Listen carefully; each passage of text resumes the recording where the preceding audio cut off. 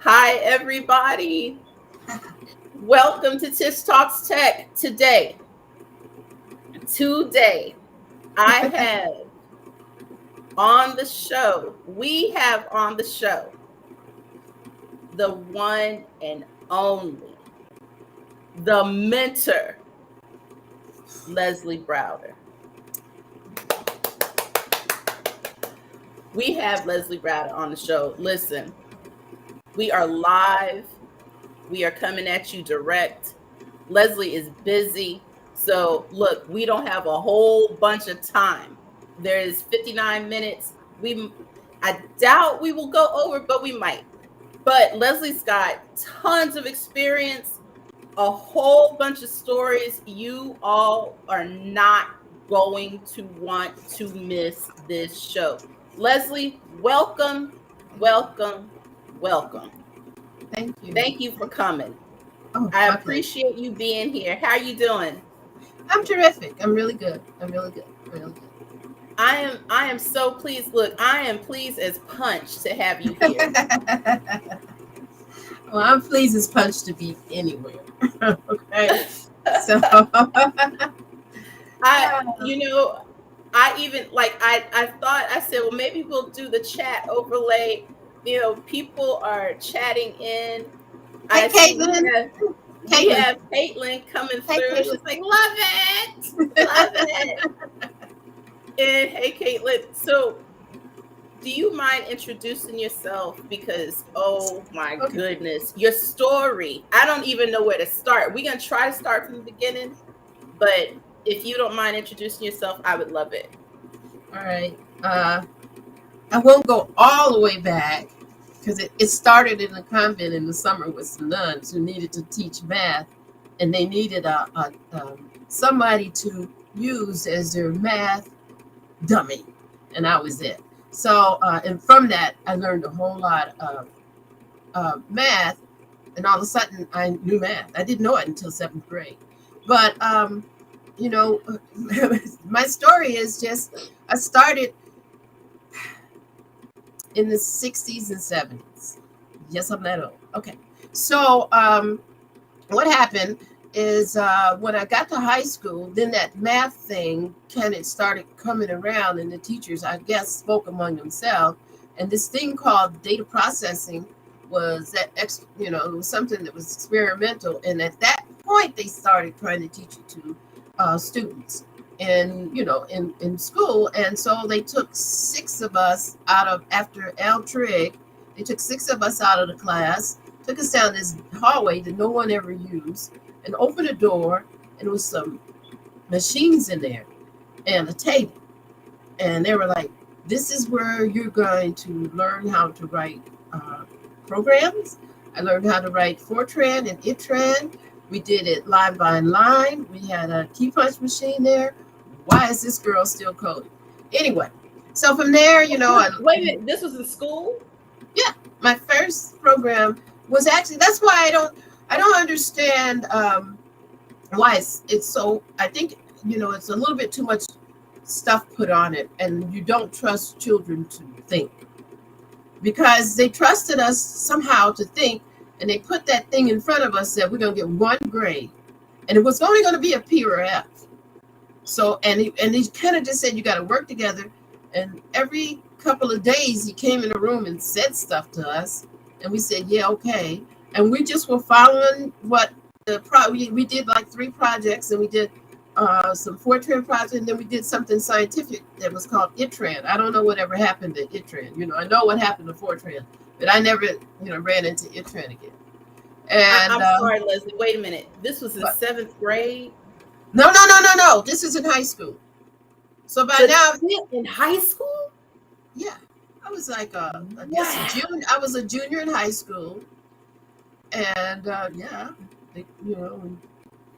Keep going. I'm blown away. Keep going.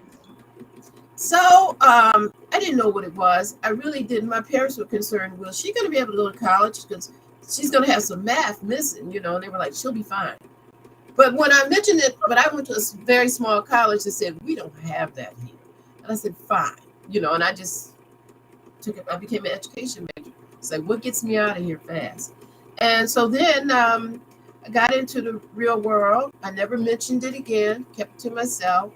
And spent a little time at AT&T. And then when I got to American Airlines, I mentioned it again. And then that made their eyebrows raise because they were a big IBM shop. They had written a really great system that they use for reservations for airlines and hotels and all that stuff.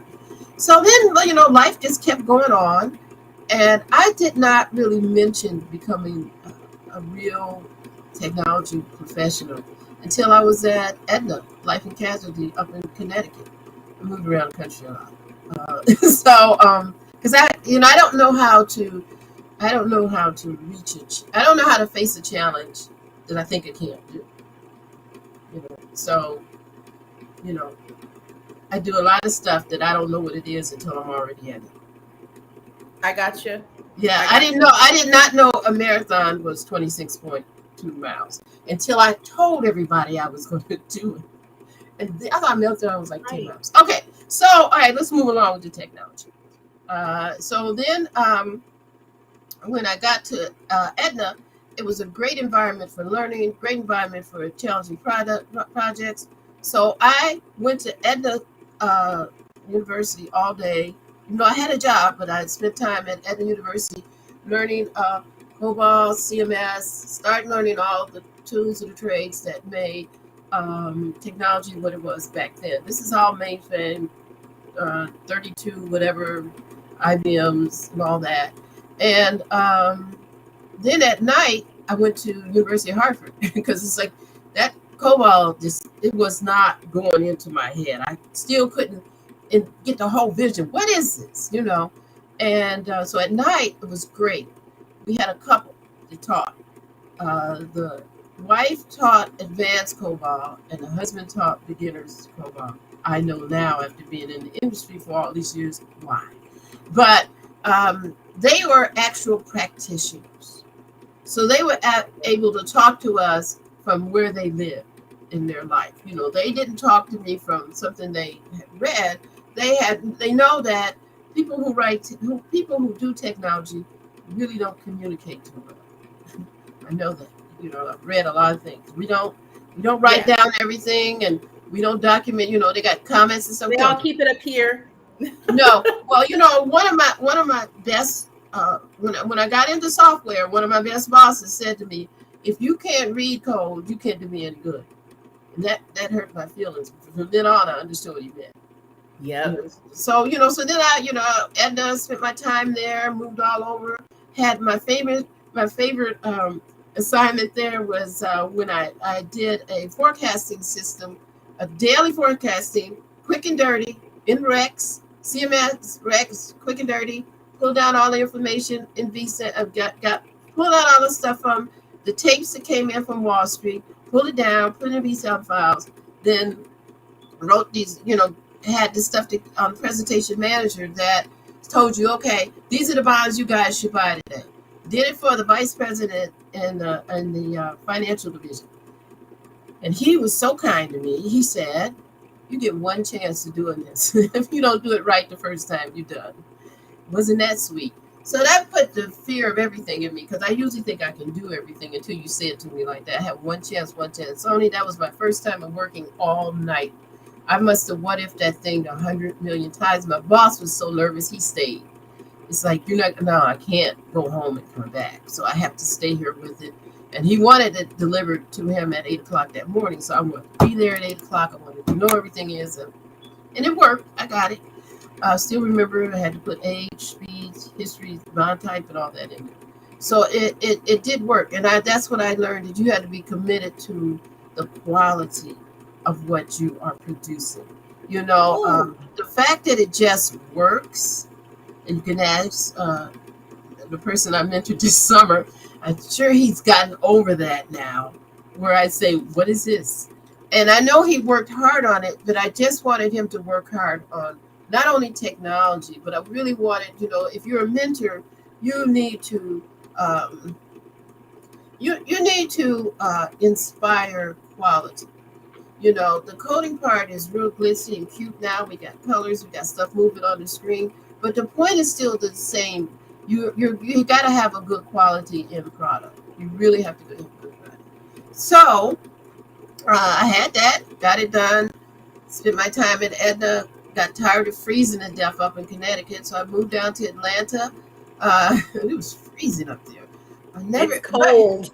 Listen, it rained one night, and the rain froze over my car. So I lived out in the country when I was in Connecticut. I had to walk to the commuter bus to get out of that place to go to work. I don't know why I just didn't stay home. And we, you could, because when you were on call back then, if you whined enough, they would give you a big old CRT to take home, and you hook it up to your phone. And so when the system programmers, like the guy Scott, who was on last week, so when Scott would call you in the middle of the night and tell you that your job that you were running, that you said, oh, I want this job to run tonight, and generally, if you didn't have any clout, your jobs are running at 2 o'clock in the morning, they would call you and say, Lezlie Browder, yes? I can't barely say my name. Such and such job just abandoned, but so and so and so and so. What does that mean? I know what that means at 10 o'clock in the morning. 2 o'clock in the morning when I'm asleep, I don't know what that means. But, right.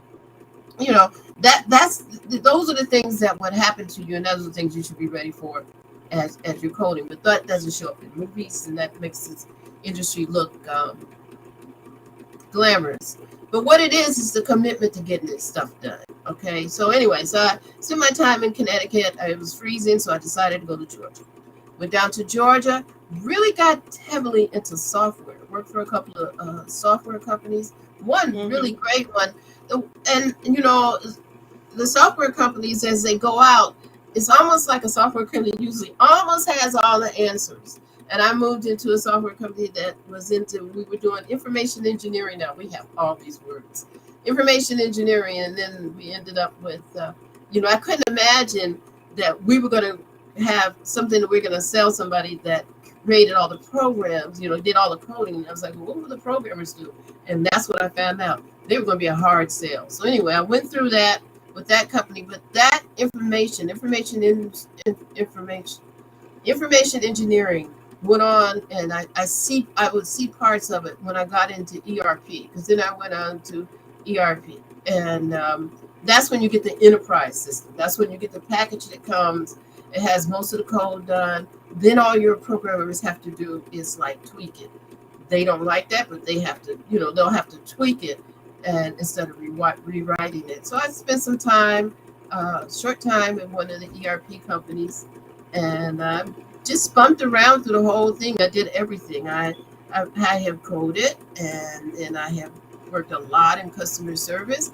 I have been the sacrifice lamb. That's what I call when you are the instructor. All the instructors know what I'm saying, Well, now I think a lot of the instructors work from home instead of having to go to California every week when you live in New Jersey for one class, one day class, and then turn around and go back home and then come back again. So yeah, I did that for Travel a while. is brutal. Yeah, but you know what I said? I learned how to pack. Yeah. I learned that no one cares what you wear every day. You only need to have a suitcase that you yourself can handle. If it's too heavy, take something out. You don't need full-size things. So it's like it was a great education on how you live and what your purpose is. And my purpose was not to go there and be Paris Hilton. My purpose was to go there and to deliver the information. And what I looked like while I was delivering the information, that was just like inconsequential. It didn't mean anything. That's not what the customer paid for. And so, I did a lot of that. And then I finally networked my way back to get myself into New York City, and then I was on Wall Street, and then I networked my way over to IBM, and it was a lot of traveling. But then I finally in IBM networked my way to Manhattan, and I ended up in the bunker with Giuliani, Y2K, and I spent Y2K as time changed over to Y2K, I was in the bunker. And we were working 12-hour shifts. And it was the scariest thing in the world. And that was fun. And so from then on, I just did a lot of technology. And eventually I did have to step back because I had 2 serious, I'm the oldest girl. I had 2 serious illnesses. And I had to become a co-caretaker. Did that for a couple of years. And now I'm just on my way back. And that's why I said, well, what can I offer? Life is so good. You have all these cross-platform environments to work in now. If I need to pull Jupyter Notebook into my environment while I'm on something like Zoe, all I have to do is just pull up an extension, put that thing in there, work on it. You can work from IBM to Linux, all kinds of things. So technology is good and exciting now, and it's so much stuff. I said, where do I fit in? I'm just a little old lady. Where do I, with a whole lot of stuff in her head? And that's how I zeroed in on mentoring. So I mentor around. I mentor for Mentors in Tech. I mentor for TEALS. And I really have had the pleasure this summer, and I mentored with the Open Mainframe Project and had a great time. That's me. That's it. We're done. No, we're not. Does anybody have anything to say for me? At least say, oh, we feel sorry for you, if nothing else. Yeah. No. Okay, so in my DMs, I get a lot of, hey, how do we contact Lezlie Browder? You contact Lezlie Browder. Because it's like this. Everybody wants to find out how they can get this mentor. And I'm like, look, Lezlie Browder stays busy. Lezlie Browder stays booked. But you have to contact Lezlie because Lezlie is a face-to-face type of person. You got to contact her. You have to open up your mouth and say hello. So for y'all that don't know that, Lezlie is you have to speak to Lezlie, number one. And mentoring is very important. Hey PJ, how you doing? PJ's in chat letting us know, yes, mentoring is important. PJ's glad I didn't mention the word spaghetti, but that's okay. That's okay. I saw the video from Open Mainframe Project with you and 𝗓𝗏 𝗓𝗏 and your mentee, and I think Ashish. And Hashish, yeah. He was the star of the show. And I was just like, how did you do that in one summer? But oh my goodness, your mentee had you for the summer. Like, how did you all get matched, or did he win a lottery? Because we just got matched. Booked and busy. How did that even happen? Well, first of all, it's 24 hours in a day. All I have to do is make sure that the feral cats are fed. Nothing else is important. But you and the cats. But you take care of the cats and like the bushes, and you're so busy. But keep going. The only important thing is me riding my indoor bike. But I was assigned him. I had other mentees, very good, very good. But this was the thing with us was the time, because he's in India, and so sometimes I would have to get up at 2 o'clock in the morning because I feel bad because I kept him on the phone so late, but it's only like 11 o'clock in the morning to me. But if I kept him on the phone at 3 o'clock in the afternoon, that's not good because he's now talking in the middle of the night. And sometimes he would say stuff like, I have to go eat dinner. And he would eat dinner at 11. I was like, oh, okay, I'm sorry. Because I think that's horrible. Mm-hmm. But, that's the part I spent a lot of time with him to impress upon him quality work. Anybody can write a program. And anybody, you know, and as I said, for us to communicate what we've done, technical people, we have a very hard time being very succinct about what we're saying. You know, even just taking the time to make sure what we say is correct and all that. And so, you know, at first he started off one way, but at the end, he totally wowed me. You know, because he was just on my mind a lot. Yeah. And he's very calm, and I'm crazy, and he's very calm. So I don't know what effect I'm having on him. And finally, when I saw the finished project, it was like, who is this? Where did this come from? It was just so good that I could not believe it.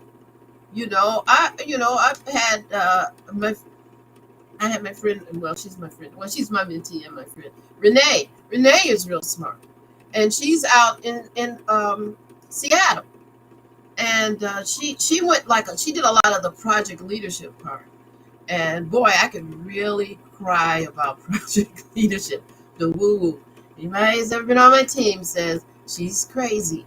But because and so I had to temper a lot of that with Ashish, but he hung in there, because sometimes he's like, "Do you want to talk about it tomorrow?" Yes. So 4th of July we were talking, because it's not 4th of July over there. So we'll do it tomorrow, Yeah. So I appreciate his effort for being there when I wanted to help him. Or I didn't want to help him. I just wanted to guide him. And, I don't want to do all that stuff that old people do, that guide, inspire, and all those words. I really wanted to do that, but I had to set the line for when will I be impressed? So because he had written papers from school, but now you are creating something that's, you're making something that'll be a contribution to software. That's a whole different line. A contribution. Yeah, software. Yeah. Oh my he's doing an open source project. So that's a whole different thing, because technology people are judgmental. So if you do something that's not good, oh my goodness, it'll be like that walk of shame I had to do after I, erased that whole library that night. God. Yeah. I'm still in therapy on that. But still in therapy, a lot of therapy. Yeah. So that was great. I used to I think that the mentoring program gave Renee and I like 30 minutes or an hour or something together. Mm-hmm. We talked 3 hours. She would talk to me about what was going on with her project. She was doing the project management part of the task she had while she was finished. She went back to college.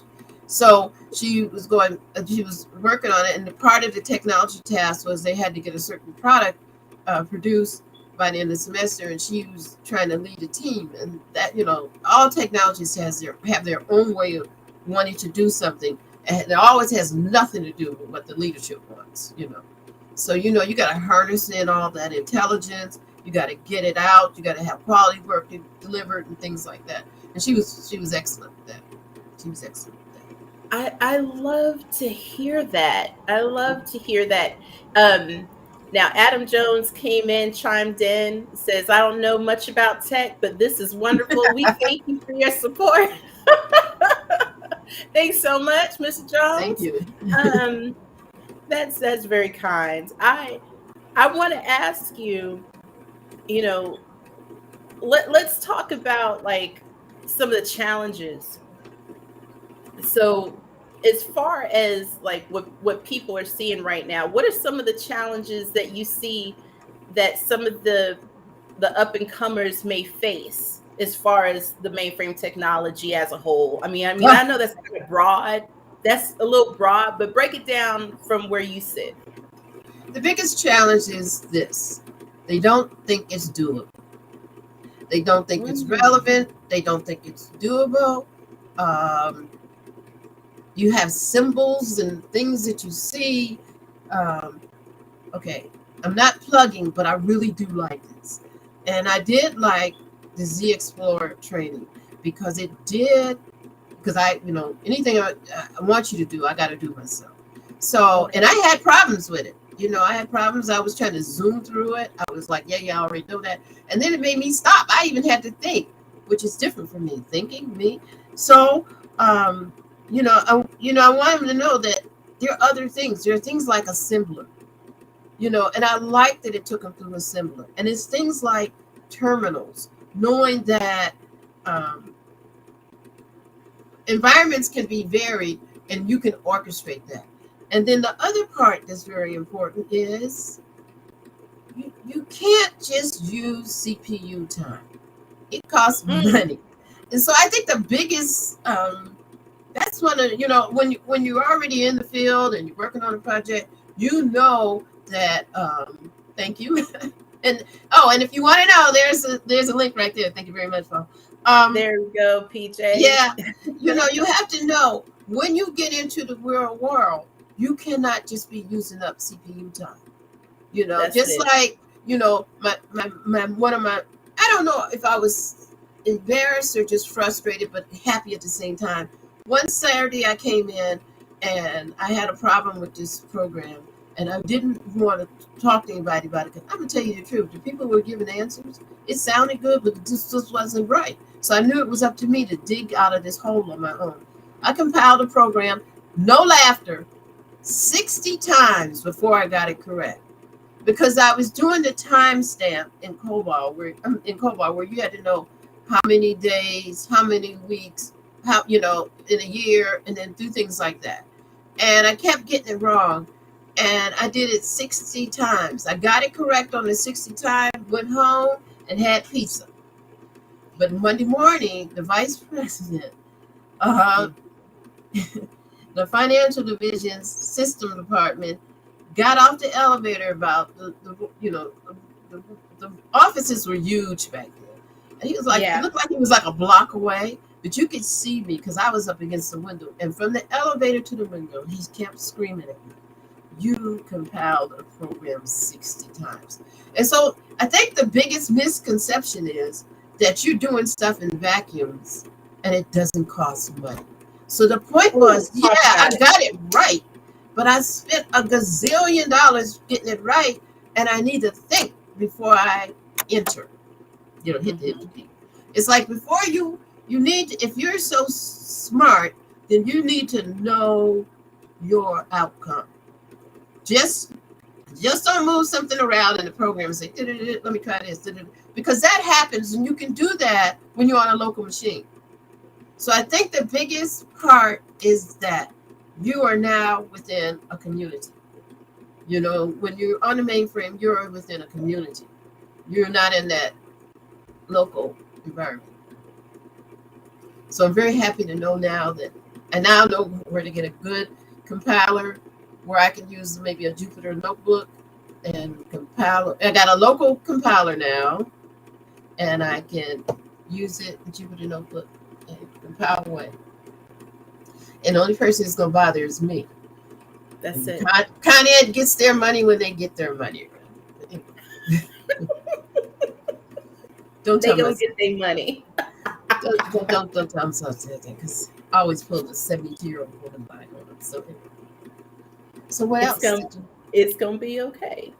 Yeah. So it's mainframe is it's a great, powerful, reliable.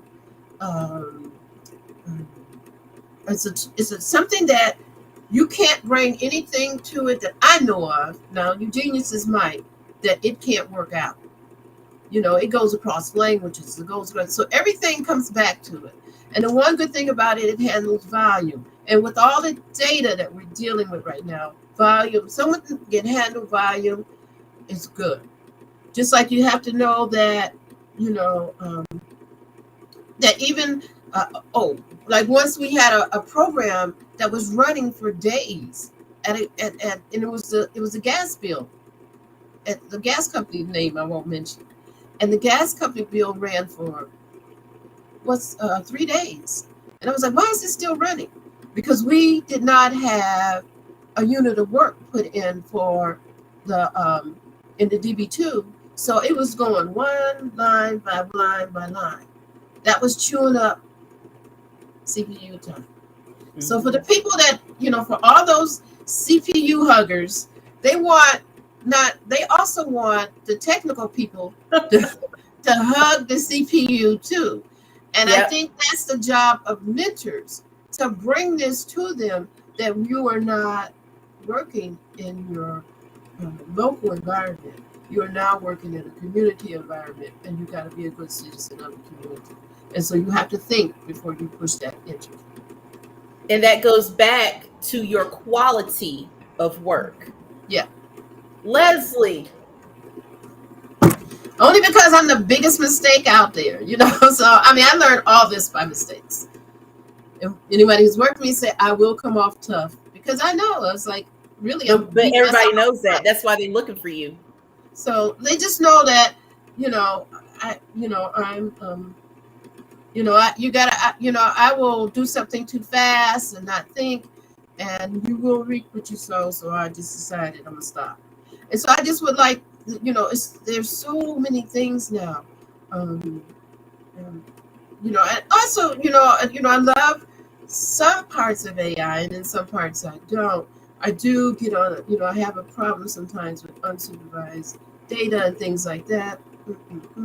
But I do like data's your jam, though. That's your thing. That's yeah. So we get it. We get it. Yeah, I get a little problem. I'm old, okay? So I do have some things out. I mean, there are some things that I try to relax about, and I can't. I don't think that thinking in technology has anything to do with being a woman or a man. I mean, being logical is just being logical. That's it. And so that's it. We fly to the moon, we do everything. So that part does not come into play. But being committed, it's unisex. If you're committed, you can do it. And that was my biggest impression of Ashish this summer. He was committed, because I am not sweet. So, I'm not that sweet. And so you keep in mind, especially when you have a mentor, what you need to get from them, period. Yes. They're not going to be your mother. They're not going to be your father. They're just a really practitioner level resource. And, you have to realize everything isn't written down. We don't write. We're technology people. We don't write. We barely do comments. And some of those say nothing, Lucky for us, the code is not full of a lot of go-tos anymore. Right. And sometimes those comments just say, don't run this job. Right. This part or this paragraph really doesn't do anything. I thought it was a big deal when they came out with these yellow stickies. When they came out with stickies, they used to be all in my green stripe. Because I'd say, write a note. Okay, that's what this is. I still have green stripe downstairs in the basement. I'm just scared to go throw it out because I don't know what lives there now. Yeah. It's like, I got to get somebody who's strong and say, go down there, see those boxes. I think now I can throw them out. But that's, I would put stickies and I would keep those things. I would take them home because it's like, because I needed that. That was my reference point for other things. No, don't feel bad. Like my mom, I remember when she moved from Fort Hood, she had volumes of notebooks and from when she was at work, and I'd be like, Mom, what's all of that? And she'd be like, oh no, don't touch that. Yeah, that's her brain. Don't touch that because we have to have that. And she would always say we, and I'd be like, who's we? It's just me and you. And it would be that. So no, I totally get it. Still out in the garage. Yeah. So Lezlie, I want to ask you this, and this is still on the lines of quality of work. Now, with the people that you mentor, a lot of them are still new to Z, and we love that. What I want to know is, what is the common misconception? What's the theme that you see? Because we've talked about this a little bit before, but that misconception where they see things in movies a lot. go ahead and Common explain. misconception. Look, this is your time. I just want you to take it. Well, you know, this is a woman who's in a big house by herself, and the only people I usually talk to are the people at Peloton. But anyway, they're not really, and I am still sane enough to know that they're not really here with me, but we talk all the time. But anyway, As you should. shout out to all my Peloton people. How many miles do you have on your Peloton now? Well, I'm We're just jumping almost everywhere. I know. Let me get this let me get this off my chest. I looked yesterday, I'm at 3882 rides. I'm 443 weeks in without a break. And I have 490 close friends. Shout out to Peloton. And it was the best thing. Lezlie Browder. And there, just one more thing. Shout out, very smart Peloton Interactive, good coding. Got to give them some props. They put those flags. Peloton people down in Dallas know how to code. Yeah, okay. I'm telling you. Yeah, I mean, just that Dallas team don't play. Well, they make up. It's just kind of like they say, okay, so somebody must say, make this happen, and they go, oh God, how are we going to do this? They put those bikes in those people's houses.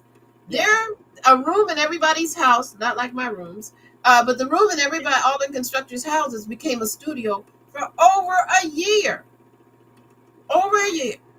And I mean, it would be thousands. I can't tell you how many ride on Thanksgiving, but that's not what we're talking about. That's another story. Call me back for the Peloton thing, because it goes on forever. Peloton need to be supporting your code base, the whole thing. Because I mean, you keep Peloton hot, but okay, keep going. Let's not have that discussion. Everybody who knows me now, oh God, she's going off now. She's going off. But I do appreciate good code, and that's one of the things I do appreciate, coders who listen to the business side. Yes. So you have to know that, and you know that was another thing I kept saying. Nope, this is not going to work. This is not going to work. I know you know what you're talking about when your business side does not know, and that's where the money comes from. So you don't want to spend up all the money, using up all the resources, and you want to respond to everything that they asked of you, and make sure it can happen, because things can happen. Because if you can think it up in your brain, it can be done. You just have to sit down. You got to just sit down and think about it. So a lot of the misconception is because you're in this environment, this thing called mainframe, because they tried to kill it. I don't know why they said that. It's like, where do you think you get your money from on the ATM machine? Yeah. Duh. Prior to that, and they really got it good, because back in the 70s, I knew I could take the same $10 out from all different banks, because they didn't have it just in time. They didn't have it all synced up. And then they said, Leslie's taking out all the money on the weekend. We need to sync up all these withdrawals.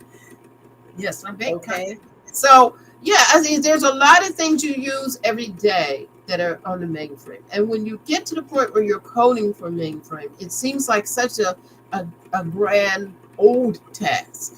But it's still there. It is the fiber still of the technology world. And it's a fiber that has constantly been improved. When I look at the size of those CPUs that they're hugging, I just say, this is crazy. And all the things that it does, but it always did, and it does it at even a different level. So you can get in and actually change. You're no longer working at a high level. Some of the code, not that it's, I like Python. I like making graphs and all that, do it fast, quick, all that. Even just to say hello world, my goodness, how much coding you used to have to do. If you wanted to say that, who did it? But if we ever wanted to say that, like in COBOL, there was a whole lot more code we used to have to do. We had to move stuff around and make space for it and everything. And so this is an ecosystem that is living. And so the best part of it is that main part of it is living. Because, the thing about the mainframe is if you kill that, you've killed your main lifeline. And there's so much that it can do. And that's why volume is not a big deal. You know, all the fast things, you know, all the things they do where they take the longitude and latitude and say she's here, and then they say, okay, now she's over here.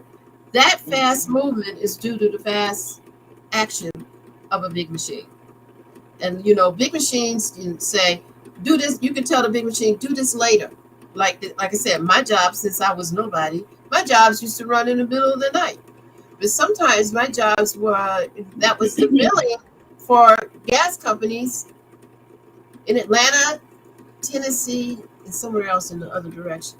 So, you know, but it didn't have to run during the day. Like some of the worst times when you're coding is 3 o'clock in the afternoon because everybody's trying to finish because they think they're going home. So I think the misconception is we won't need it. And say it again. Say it again. One more time for the people that didn't hear you. One more time. Oh goodness, don't let me talk. Oh, I'm so sorry. I said I wasn't gonna get passionate today. But yeah, it just, you know, you will need it. It was there. It makes things smooth. It makes things fast. It makes you get your, you know, you turn on your television and you think, I don't know what level of, you know, of CPU you think is giving you movies and stuff so fast. Or, you know, as I said, for someone, if something's in a, you know, data frame or a database or on an Excel spreadsheet, keep going. There's a whole lot of, it just doesn't move something over. It's a whole lot of commands that happen in the background. And as those things are moving, because they're actually operating on a register level. And so there's a lot. That's why it was good. I was happy to see that little bit of assembler. Would like to see some more, but I think that would scare everybody off. But, you know, when you actually see the level. Yeah. I was glad to see that as part of the learning. Because one time I said something online about D maps and P maps, and someone said, what are you talking about? It's like, right. That's how we used to have to debug programs. We had to go to the assembler level. We used to have to look at 𝗵𝗃. We used to have to read dumps. You no longer have to do that. So yeah, the expectations for you are greater, but the stuff is still happening and it's happening in the back. It's still happening under the covers, in the background, under the hood. Right. You know, when you're calculating, you know, you go somewhere and you say, I need to, and you want it right away. You want it just in time. You want it right away. Then that longitude and latitude to tell you in the GPS where you are, there's that word. There's an algorithm somewhere that's, you know, calculating that and operating. And that it doesn't operate in, you know, English words or French words or German words. It doesn't operate in a word kind of process. It's registers moving something around. So something is designated as a data, and then this says this should go here and that should go there and all that. Oh, and you know, and it's also, it doesn't look like what we see. When it goes into the CPU, it's a whole different world in there. And you know, you appreciate it. The wingdings and the pictures. Yeah. Yes. That world doesn't have Columbus Day or whatever they call it now. It doesn't have holidays. It doesn't know Christmas. It doesn't know all of that. It doesn't get sick. No offense. It doesn't, you know, it doesn't do any of that. It doesn't have, you know, it doesn't have holidays. Oh wait, I said holiday. And it doesn't have vacation time. Mm-hmm. You know? And we don't take PTO. And it does, and you know, so far it hasn't even got covered yet. So there you go. I know. So it's there. It's a great tool. We got all these colors and things and screens. I mean, this full screen has come a long way. So it's a wonderful place to be. It's a wonderful place to be.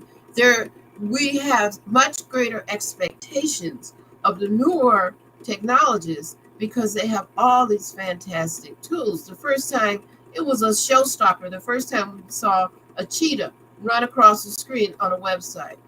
The first web screens were just dead. You know, they would just text, which was good, but it was just text. So I'm saying that we're at a great level now, and anybody can contribute. I'm most interested in mainframe studio. I do have a artistic side, so maybe I could actually finish a project because I have tons of time. You stay so busy though. I have tons of things haven't finished. I even just moved them down. That's still the problem in this room. Some of that stuff I just moved downstairs. I'll deal with it one day. This is no time to take all my knowledge and retire with it. I need to spread it around. Yeah. That's when I spread a little bit around. I had a cousin that mentioned this to me years ago. I says, no way I'm going to do that.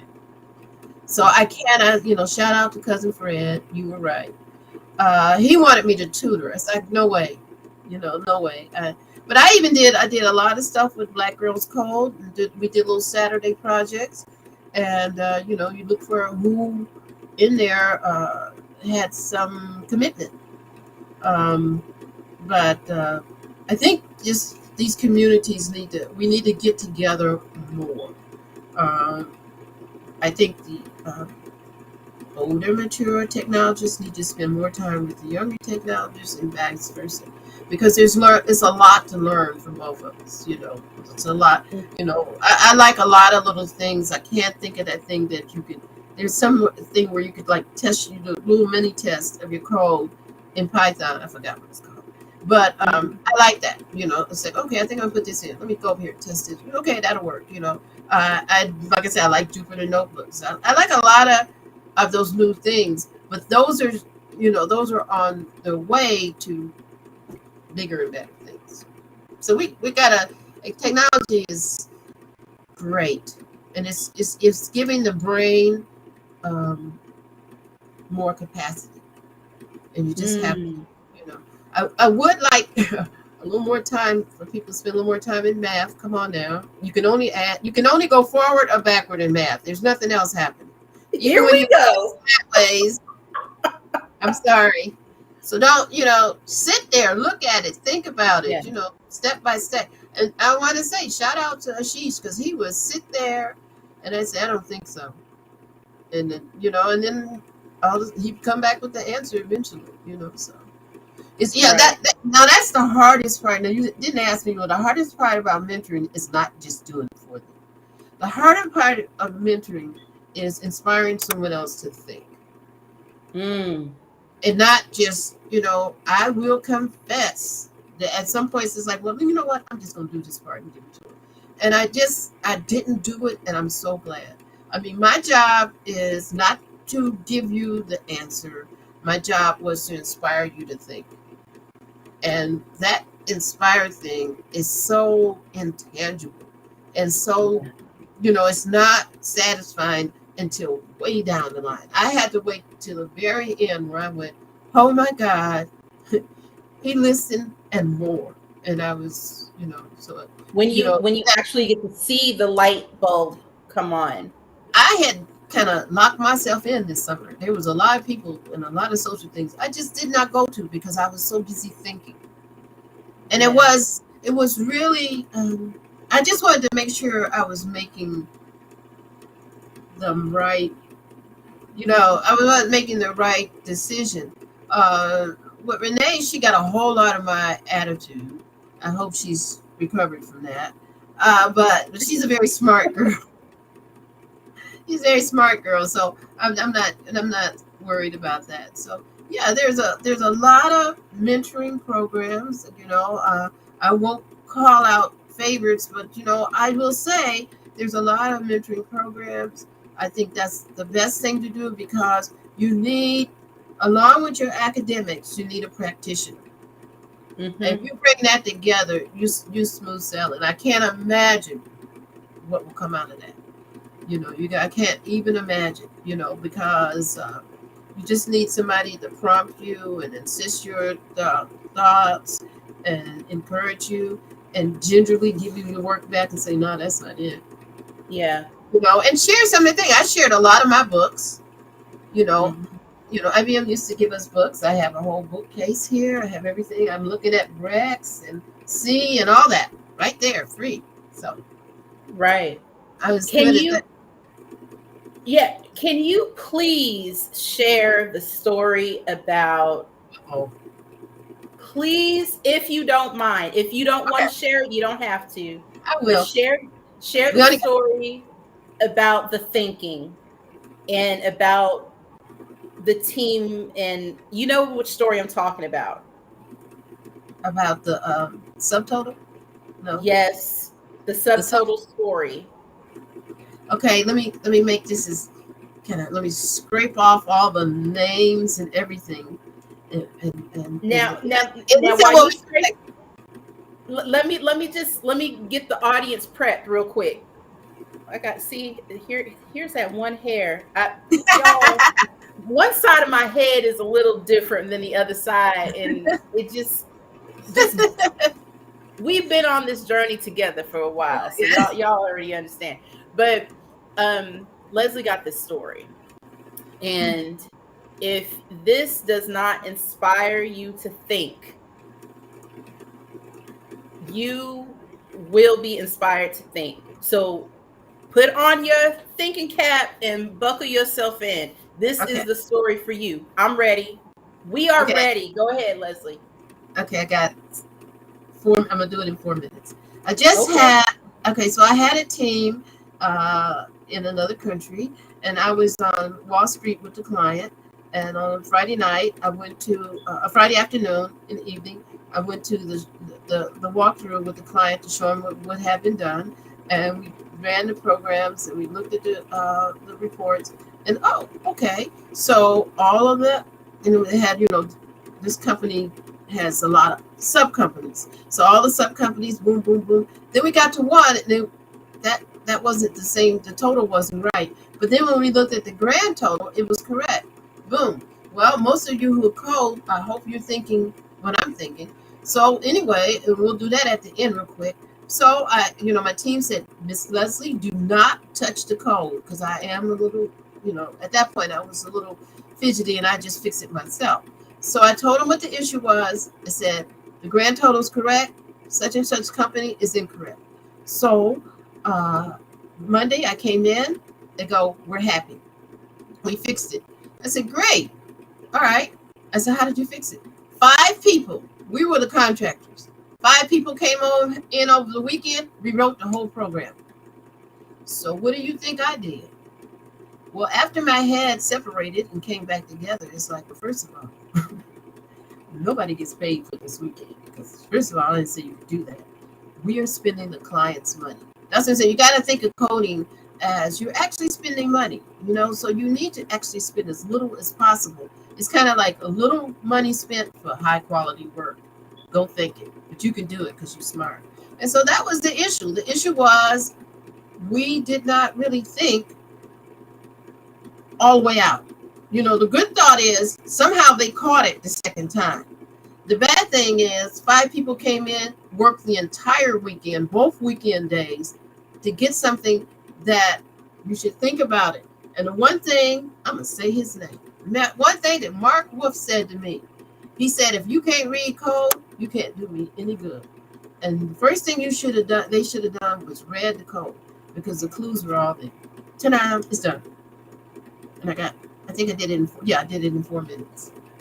If you can't read the code, you're no good to me. You're no good to me. Mark Wolf, circa 1980 something. 1980 something. 1980 something. I don't want to say the name of the company, because the company was a coding sweatshop. And that was another thing. When you come out of school, when you work for someone, you don't get one project at a time. So I had them stacked up, and they all had due dates on them, and you had to juggle. So you gotta. So if you're more pinpointed, thinking about what you're doing and how you're doing it, and if you look at what you already have, you will be able to move through things a little bit faster. But I did have a mentee last year that was having a problem. She was still in school, was having a problem in school. And she says, so when I can start working, will I get one assignment at a time? No. No. You now are a member of a team. And you got to pull your weight. You got to pull your weight. That's it. Enough for me. Leslie. I feel like a preacher. I don't have that kind of if I could sit here on a piano and give you what you needed with that, with the whole build up, I could have, but I can't. But that story to me, it breaks it down in such a good way, because at the end of the day, it's not necessarily, and I tell folks all the time, you do not have to be like this super powerhouse coder, because there's so many different things that you can do, right? But it's when you actually open up a job, and it's your job or not, and you have to be able to see what's the problem. You have to be able to read it. You have to be able to not necessarily troubleshoot, but at least recognize what the problem is, number one. And then number two, be able to report to someone if that's not your place. Report to someone, hey, I think I see, it seems that, you got to be a nurse. It seems that this is what the problem is. You have to be able to communicate that. And that shows the quality of your service. Having 5 people rewrite an entire program when all you had to do was read the code. There was probably a loop. There's a thing where you accumulate to get to a total. We have a little accumulation bucket. That bucket might have been, instead of accumulating 4 times, it might have needed just to accumulate 5. What's the difference between? Okay, so where is the difference? Where is the difference between the final total and what made this off? Oh, it's off by 20. Let's go back through. Oh, 1 month it didn't know it. Just let's take a little time. But see, you see movies like war games and stuff like that, and they talk about the back doors and all that craziness. So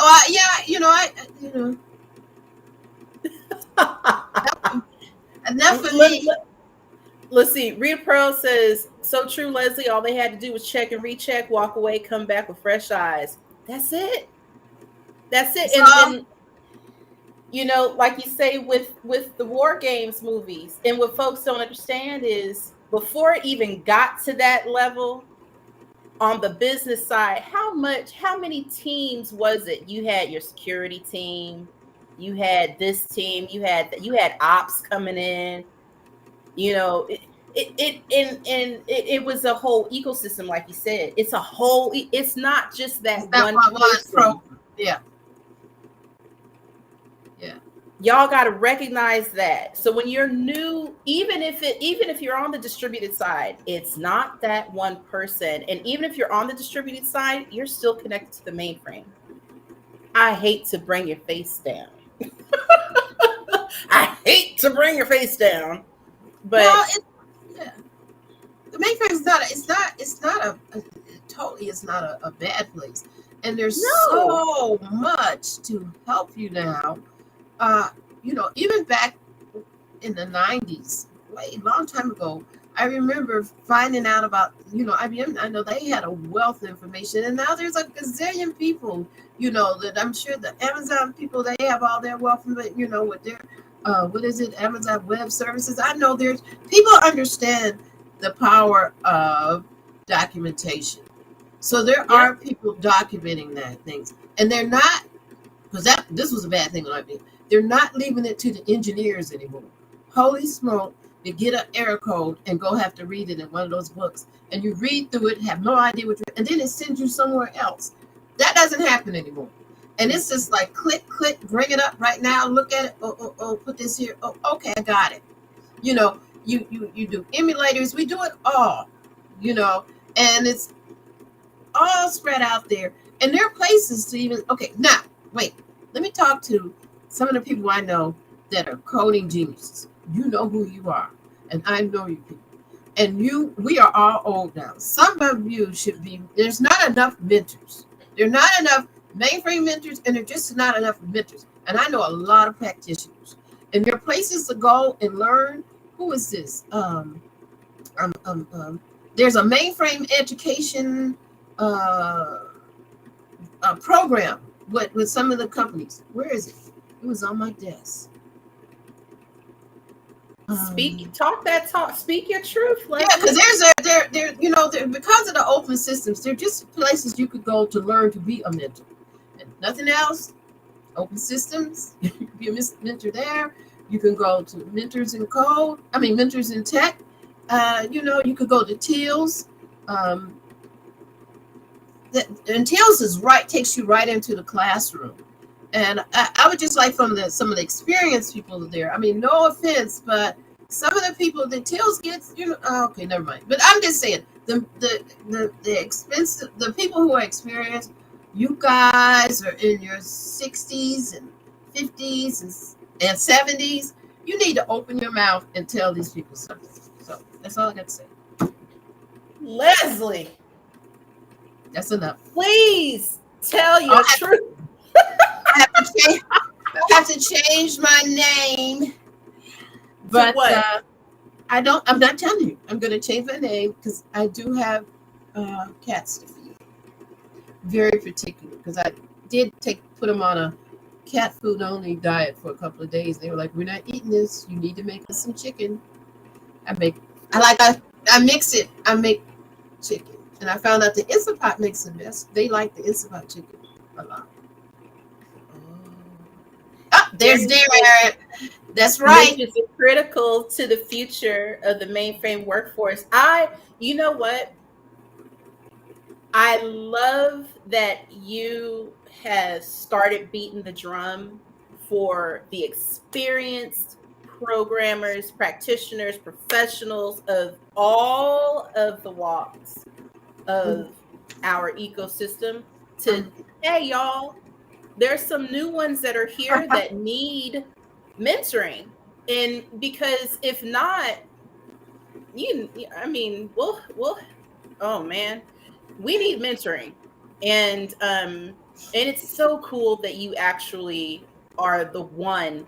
Like I said, when I introduced you and when I put you on the media asset, it was in all caps, the mentor, because I don't think that there's mentors out there, and I've had some really good ones, but every single time it's always your name pops up every single time, and there's nothing but good things that I ever hear about you. Also, I just want to switch it up a little bit, and I know that your time is precious. I won't take too much more, but if you don't mind, you bake. Yes. Like not just any baking. Not just any bake. Like you are a baker. Not anymore, because they wore me out in Georgia. Once a baker, always a baker, and I don't want to hear it. I'm scared. You bake. I have an obsessive personality, and so I'm trying to avoid it, because they took me. I went from doing a brownie cake for a brownie troupe one time to doing wedding cakes. It's crazy, because I have that personality that's like, if you ask me to do something, I go, yes, I could do that. And no, I don't name my feral cats because they're already too domesticated as it is. They are. So, by the way, no, Darren, I did not name them, because that's gonna be the end. No, they're named, they're yours, and then right, and then right now, well, because they're right. See, right now they're in the window out there going, it's lunchtime. Where are you? So you're going to do Instant Pot chicken for the cats. Well, see, I do it in batches, so I'm great. I'm set now for, let me look up at the calendar. I'm set for maybe about a week. So how many feral cats is it? Do you get them spayed and everything? Do you have that partnership with the SPCA yet? No, because I don't know if I could. I know. It's nature. I'm leaving it alone. My neighbors are now speaking to me again, because when I first started it, my sister will tell you, the neighbors on one side were like, "What are you doing?" don't feed these. And I was like, they kill everything. I'm in Chicago. They kill rats and stuff. Yeah. You know, so, and I know because the other day, because I hadn't cooked chicken in a while, they brought me a bird. It's like, I'm not cooking that and get that off my porch. So they brought, I guess they were like, Lezlie doesn't have money for birds, so we're going to bring her a bird and give her a, and they were like, this bird is okay, but we don't like it. And I was like, they kicked it, they licked on it and messed with it so much that eventually I went out there to the broom and threw it in the trash. It's like, you either eat it or don't eat it, but I don't want to see this. That's right. Don't talk to me about them. They have been commanding my life for about 10, 12 years now. And we've been through it. I finally have finessed it. But the last straw is if I name them, they're in the house. And I'm just trying to, but I see, we buy them houses and put them in the backyard. Darren wants to know if you, Stop it. Stop it. Those, and you know what? I absolutely adore that you are so busy and that you are so involved in your community and with just the ecosystem, period. Okay. You have the whole animal thing, the whole people thing. You take care of family. You are a people person, Lezlie. And we just hats off to you. Oh, and then Rita Pearl says, and chat is just, you know what? I'm just gonna let the chat overlay go. Okay, Rita Pearl, I think it's making sure you have ice cold butter. I really do. I think the colder the butter, the better the pie crust. Stop taking me down this lane. Okay. And you're right. I could name one JCL. And see, they would come because they just, the saddest part is, I don't know why I'm talking about these cats. And if my relatives see this, they're going to go, she's talking about those cats again. And they'll probably have me committed. But the saddest part is the kittens. I try not to look at the kittens. The hardest life, I think, is something in this world, but the hardest life is being a feral kitten. Yeah. Because when I see the litter, I know most of them are not going to make it. All kind of stuff happens. Most of them will not make it. I had one drown in, I put some dishwater out there for their plates. Okay, yes, I feed them on plates. I don't name them Darren, but I do feed them, okay? Take me away. I don't care. And so it was a hot summer day. I left the dishwater out there and I just put the plates in it. And I went and did something. I was probably chopping up something in the kitchen. And then something told me, I went outside. I don't know why I went down the stairs. Went down the stairs. There was a cat laid out, soaking wet, dead.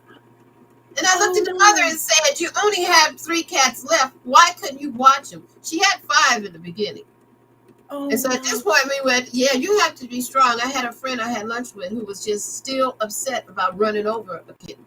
I said, if you're going to be around ferals, you got to get tough. You got to know they don't live forever. It's a real life. Oh, that's so sad. I'm so sorry for your loss.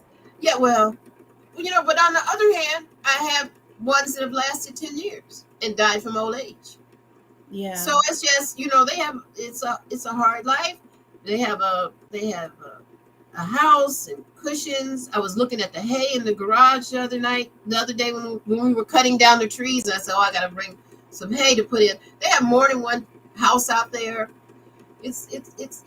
So you've made a den for the ferals as well. It's you have a habitat. Petco sells this stuff. Are you kidding me? No, and I got these big tube things I got off of Amazon. No. Lezlie. I just talk about this. I can't. These are my secrets. No. Do you have like a page or anything where we can help your effort for, to support your effort in supporting your neighborhood cats? No. There are cats in everybody's neighborhood. How do we do that in our neighborhood? Oh, now the 𝗕𝗏𝗏𝗃 Society is well documented on the internet. That's a Feral every, Cat Society. Okay. yeah. There, anybody who wants to, I don't know anybody, but yeah, no, that's well documented, and no, and they kind of pick people because this family, the Yeah, mother, cats are picky, aren't they? yeah, she kicked out. There was somebody else here, and then she kicked her out, and then she ended up on the front porch, and then she finally just left. But I was like, you were not here first, but she came and kicked her out. She's like, I like this. This is steady food. I like this. Yep. Oh, so it is true. They do have to pick you. Yeah. They pick you, and they had started when we still had 2 dogs. We had 2 dogs, and we were not scared of these dogs. The neighbors were scared of the 2 dogs. Oh, Lezlie, you are blue. Yeah. So, but I do want my friends that are practitioners. I want you guys to get in this. We know there's mainframe open education. With the mainframe open education, people step up and say something. But there are at what is it? Wait, I got it on my desk. At Broadcom, 𝗵𝗏𝗏𝗃𝗃. They will, if you're concerned, because we're not big on talking. So if you can, Liz Cat, stop it. One Liz Cat.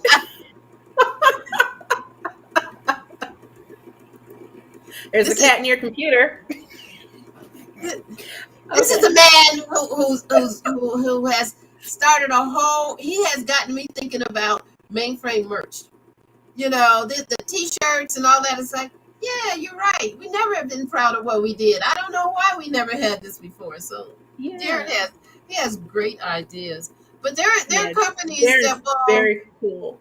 Yeah, there are companies that now realize that stuff you guys know can be passed on. Yeah. So that's my biggest thing I would like to get out of today, to say to my friends, would everyone's actually see this or somebody pass it on, to send that thought thread through our systems to say, you guys need to start sharing some of this stuff, because I know some just absolute smartest people in the world. Just the mainframe people were just extremely, I remember Bill said, "Oh, the unit of work is too low." What unit of work? And then I went and looked in the DB2 book. Oh, we're not taking in enough records before we commit it to the database. So for a whole, we were sending in thousands of records. We were committing them something like 1 or 2 at a time. Give me a break. Wow. Well, true. Okay, I blamed it on everybody. I'm sorry, Darren. I blamed on everybody because the shirts are so cool. And I was like, what can I do? So yes, I even started thinking about it. All these years, I'm finally going, I know what I'm going to do. So, Lezlie. All right. Lezlie. Oh my God, I went over time. Okay. Sorry. You are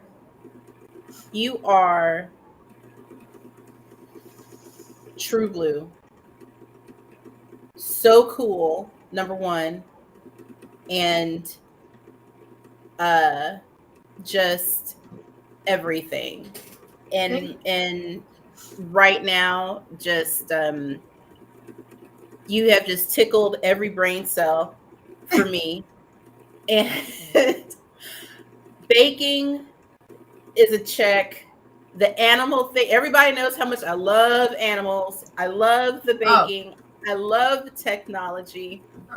All you have to say now is that you sew, and we will be the best friends until the end. Either way, it doesn't matter. I got a sewing machine, brand new, used 3 times. So I never got back to it. Never got a lot of knitting, Yeah. So that's why when I'm talking to you, I should be hanging up. But that's why when I ran my first marathon, my brother came all the way from Washington, D.C. to see me just run past him in the New York City Marathon. And the only fault I have with You him, done the New York City Marathon? oh yeah, more than once. But the only fault I have with him is when he came to see me running the marathon, he stood in Central Park on the 25th mile. Do you know where I came from? I came across a bridge to get here. You know, when I hit every footbridge in New York City. You're standing in Central Park. I was like, just go to the finish line. I was like, go to the finish. I was freezing by then. So, oh, wait. And I have a picture of me. This is me in my first marathon. Long hair. It's hard to see.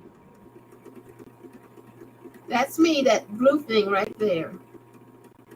That was my first marathon. Try to take a picture and send it to me digitally so I can post it. I had it on my desk. I was going, you know what I had that for? I was going to try to inspire Ashish with it. Then I said, okay, never mind. This is too much. You got to send that to me. You please send that to me. All right. Okay. And it's so sad. Yes. Lezlie. It's Lezlie 1991. Finish line. That was quite the day. New York City Marathon runner, baker, professional technologist, master mentor, just animal lover, and the keeper of the knowledge and the spreader of amazing wisdom, Lezlie Browder. I'll tell you whatever you'll want to hear. You know, that's it. That's it. I can't claim the tutoring of the blind people because I haven't been back since COVID. Before I would have used that like right away, but they're like, where are you? It's like, I'm getting there. I really like that. Like, I like tutoring them from home. And they were like, no, we want you now to come back in the office. Lezlie, I have to book you again if you would be so kind. If you have time. They don't want to hear me. We gotta find some interesting people. You are everything to me. Trust me. Right now, I'm so totally blown away, and I could probably sit down with you for a good 3 hours if you would listen. So they don't want to hear that. Thank you. I do, but thank you. But I know that you have things, right? So we've been on for an hour and 17 minutes. I know I'm over time. I knew it. No, I don't care. I don't regret a moment, but I do have to let you go. But can I just give you my sincerest thank you for accepting my invitation and for literally blessing the audience with what you have said, every single word, because I'm the realist. Thank you, Rita. The realist, because folks, yes, we do love you. folks are not getting it. You need a mentor. You must have a mentor. Darren said it good.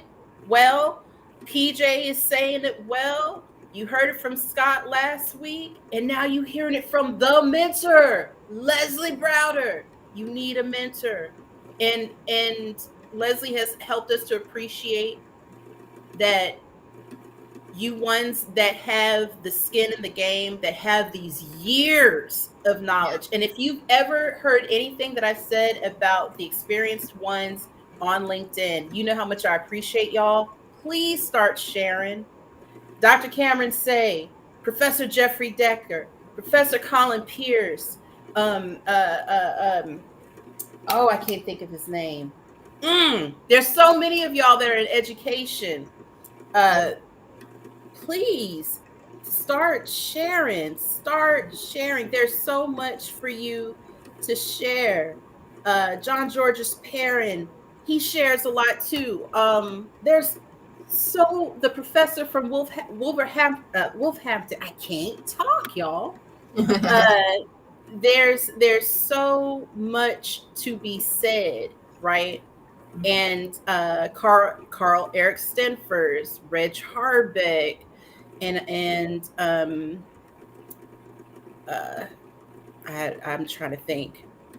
There's a lot of folks. There are tons and tons of people that have so much. I'm trying to go through my notes real quick because there's something.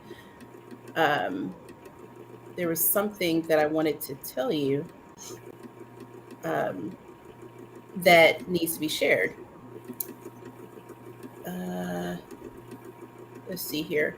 But there's so many folks that are here that can share some knowledge that we all are waiting for. You know, you can be the next big thing, you can be the next hot person, you can be that 10x coder, but if you don't have the mentoring to actually groom, that's the wrong word, to actually mold you into the person, into the professional that full on, all gas, no brake professional that you could be. You imagine what you can do by yourself, but what if you actually had someone that had that knowledge from when it started? And these folks are still here and they are still working. That's the part. And it's the moment. Herb Daily, thank you, Darren. Thank you. Because I'm sitting here, I'm like, there's one more that's really doing it. Yes. Y'all, if we could just take that piece and what Lezlie is telling us, grab on to your person. Can you imagine? Can you imagine what you could do? So that's all I have to say. That's all I have to say. Lezlie, thank you so much. You have been a true gem and you have dropped rubies, diamonds, and pearls today. I like that stuff. Thank you. And gold bars. Yeah. And gold bars, especially with your story. Thank you, everybody, for hanging out with us. This has been Tish Talks Tech on some realness today. And we've had Lezlie Browder. Next week, we are going to bring on with you another great show. And we're still going to be on the education tip because I'm kind of on a whole education thing. I'm not going to say who it is because you know what? I'm going to give you the picture. And when you see it, you're going to be like, oh my goodness, I can't believe it. Do you know who it is, Lezlie? Did I tell you already? No, is it the group of students? It is the students. Yeah, so Okay. Next week is the students. Yeah. You know what? There you go. It's the ASU students. Yeah. And so we can't wait to hear their side. Tell them to tell us what they need. Don't be ashamed to tell us what they need. You know what? Let me write that down real quick. Tell us what they need. I certainly will. And you know, Lezlie, how can folks reach you if they want to? Now, I know that you deal with a lot of programs, but do you do personal mentoring or do you prefer for them to go through the programs? I prefer at this time for them to go through the programs because this is where I procrastinate. I procrastinated on starting my own firm. So it started when I became co-caretaker. So I was like, well, okay, I can take all I know. And I did have a cousin that tried to prompt me into it. But I haven't finished that. So that would not be a good place to come. But all the programs are waiting. They're waiting for these people. Mm-hmm. You know, and you can't wait on me because I'm, you know. But I'm always on LinkedIn and just hit me up on LinkedIn. I don't do a lot of social media. I just do where I think I belong. And so this is where I think I belong. You know, YouTube is okay, but the rest of it, you don't need to hear any more about my personal life. And I just, you know, I don't have a lot of time to sit down and say what I didn't like today, what I did like, and this happened. That ain't none of your business. Know that. You know? We know how you feel about your time. Yeah, so yes, Lezlie, thank you. Thank you. Thank you, everyone.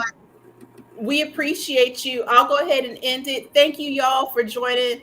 It's been real and it's been fun. Thank you, Lezlie Browder, for joining us. And I'll go ahead and end. Y'all have a great day and get these skills.